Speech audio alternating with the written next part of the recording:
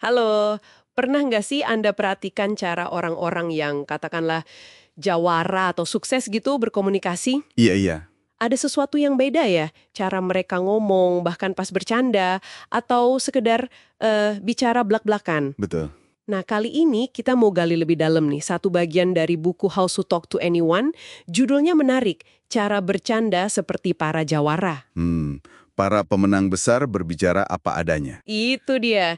Kita coba bongkar yuk apa sih rahasia di balik gaya bicara mereka yang lugas itu? Oke, yang menarik banget dari sini, gimana pilihan kata itu bisa, ya secara halus nunjukin tingkat PD seseorang, atau bahkan status sosialnya gitu. Oh ya, Iya, buku ini pakai analogi bagus deh.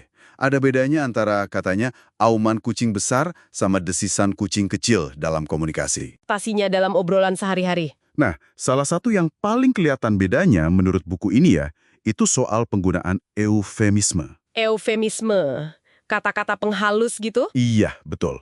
Para kucing besar ini, si jawara ini, mereka cenderung nggak ragu pakai kata yang sebenarnya. Contohnya? Misalnya soal uang nih, mereka ya bilang aja kaya, nggak pakai berada atau mapan.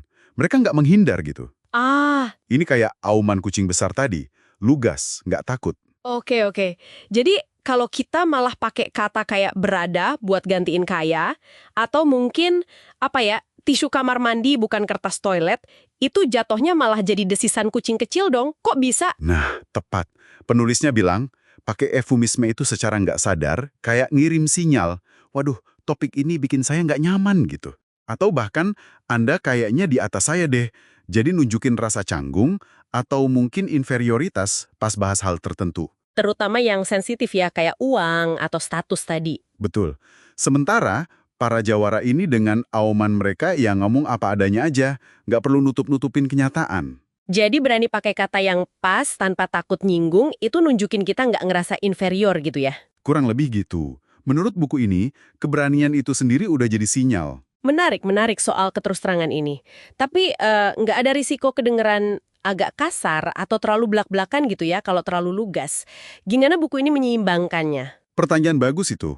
Buku ini kan fokusnya lebih ke efek bicara lugas itu dalam konteks membangun persepsi yang kuat ya. Oke, Tapi, selain eufemisme, ada lagi nih jebakan bahasa lain yang katanya perlu dihindari kalau mau komunikasi kayak jawara. apa tuh? Klise.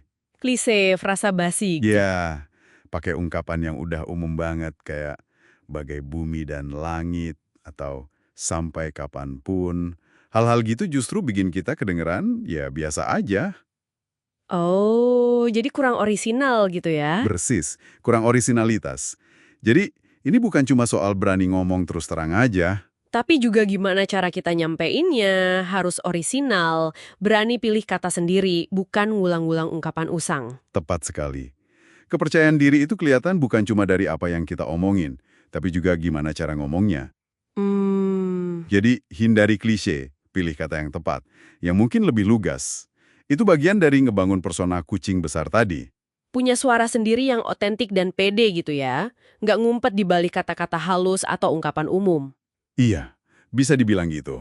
Oke, jadi kalau kita rangkum nih, inti dari berbicara apa adanya ala para jawara ini, itu kombinasi antara kelugasan Betul, hindari eufemisme yang nggak perlu, dan juga orisinalitas. ya hindari klise. Gitu ya? Benar.